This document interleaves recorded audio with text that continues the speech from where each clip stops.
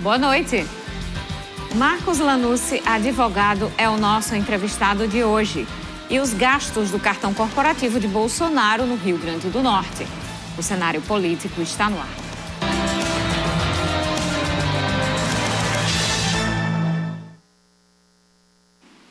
No programa de hoje vamos tentar abordar, esclarecer um pouquinho situações que estão sendo debatidas e que foram os temas da semana em toda essa polêmica que estamos vivendo nacionalmente, na política nacional.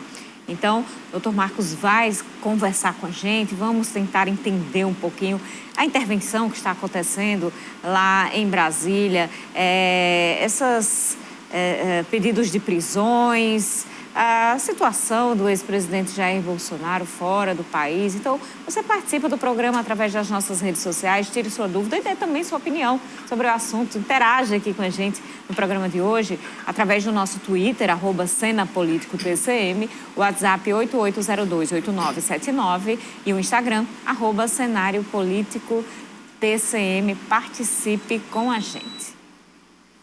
Olha, durante visita ao Rio Grande do Norte, em 9 de fevereiro de 2022, o ex-presidente Jair Bolsonaro gastou mais de R$70 mil no cartão corporativo em padarias nos municípios de Açu e Mossoró, enquanto cumpria a agenda no estado. Os dados se tornaram públicos após solicitação da agência Fiquem Sabendo por meio da Lei de Acesso à Informação.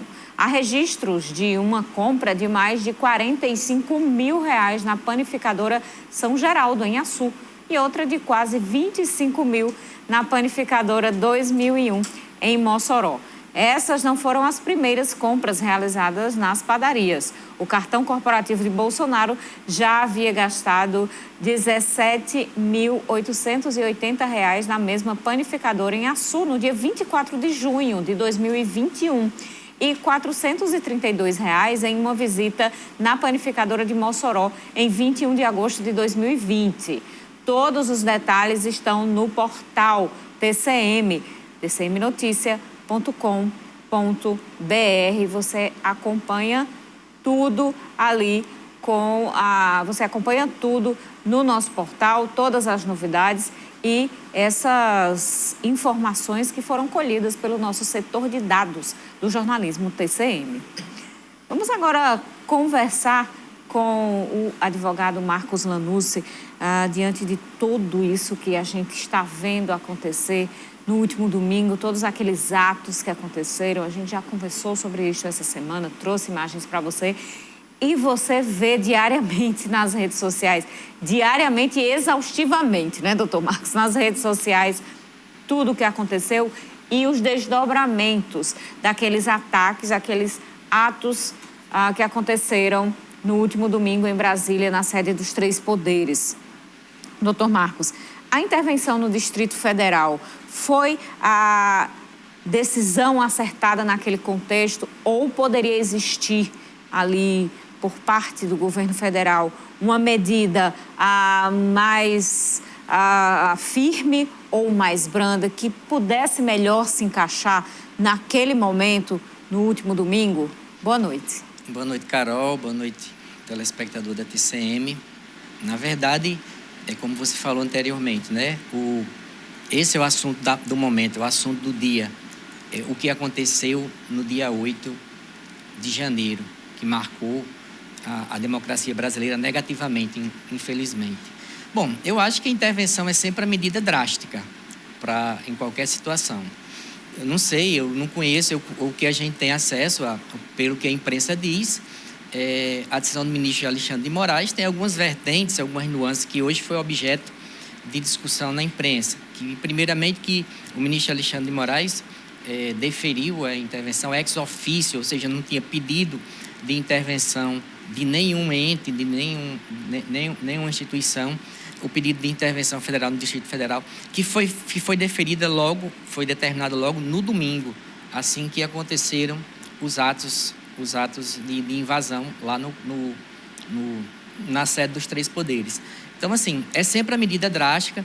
A decisão do ministro Alexandre, pode ser alguém criticar, foi uma decisão monocrática, mas ela foi convalidada pelo Pleno do Supremo, que somente teve 2 votos contrários à intervenção federal, mas talvez foi uma intervenção de 90 dias, isso eu acho que compromete significativamente o governo de Ibanez Rocha, que está começando agora o seu segundo governo, mas aí tem muita coisa a se apurar, muita coisa a se ver, o que é que pode sair, muitos desdobramentos virão, né? Hoje já se encontrou, teve busca e apreensão na casa de Anderson Rocha, encontrou documento tal e qual, enfim, a intervenção dentro desse cenário faz parte, ela é factível e isso aí pode comprometer, repito, consideravelmente o governo Ibanez Rocha, inclusive até com um eventual impeachment no momento posterior. O senhor se refere aí na decisão do afastamento, né, do Ibanez Rocha, governador do Distrito Federal, ali também, logo no domingo, logo que aconteceram aqueles atos e uma suposta omissão por parte do governador. Doutor Marcos, vamos esclarecer aqui, existe muita confusão em relação a esse assunto. Qual é a diferença entre intervenção federal, intervenção militar e golpe de Estado? Bom, em tese, a intervenção militar e golpe de Estado poderiam ser idênticos, né? E uma intervenção seria a quebra de um sistema. Você vir no sistema democrático e o poder militar tomar o poder à força. As forças militares tomarem o poder à força, como aconteceu outrora no Brasil. Então, a intervenção federal nada mais é do que um ente federado, no caso a União, especificamente a União, avocando atribuições que seriam do Estado membro, como nesse caso aqui, por exemplo, do Distrito Federal. A União Federal, no próprio domingo, o presidente Lula editou um decreto determinando a intervenção na segurança pública do Distrito Federal. Então, nomeou um interventor para a segurança pública, que seria, em tese, responsabilidade do Estado, e agora passa a gestão da União, através desse interventor que foi nomeado pelo presidente da República. Então, a intervenção militar e um golpe de Estado seria basicamente a mesma coisa, que é a quebra do sistema de poder, um sistema jurídico, e enquanto a intervenção no Estado, a intervenção federal, seria o ente federal superior, digamos assim, avocando uma atribuição que é do Estado membro, no caso do Distrito Federal, para que ele possa exercer a sua plenitude. No caso aí foi a segurança pública. É interessante porque a intervenção militar é basicamente o pedido da maioria desses movimentos que têm se formado, que se formaram pós-eleição, ali na frente dos quartéis militares por todo o país. E aí, doutor Marcos, em relação a isso, tem muita gente que está alegando o seguinte: não é todo mundo que está pedindo intervenção militar. Tem gente que está nas movimentações pedindo a anulação do resultado das eleições, a aferição dos votos nas urnas eletrônicas, questionando de alguma forma o resultado das últimas eleições. Existe alguma, assim, eu sei que existe uma diferenciação, mas de qualquer forma está se questionando o modelo democrático das eleições brasileiras. De toda forma, não seria antidemocrático?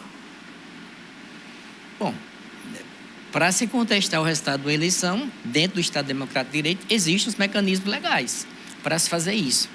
Está-se de frente a um quartel, está-se fazendo manifestações que sejam manifestações não como aquelas que aconteceram, porque aí não chama nem manifestantes, chama-se realmente de criminosos. O ato que aconteceu no domingo passado, a manifestação pacífica, ela é totalmente admissível dentro do Estado de Direito. Agora, não se contesta o resultado da eleição com manifestação da forma como estão fazendo, ficando em frente a quartéis, fazendo caminhadas, sei lá, ficando em rede social. Essa não é uma forma, dentro do Estado Democrático de Direito, para se contestar o resultado da eleição. Os mecanismos legais devem ser utilizados por aqueles que exercem a legitimidade para tanto.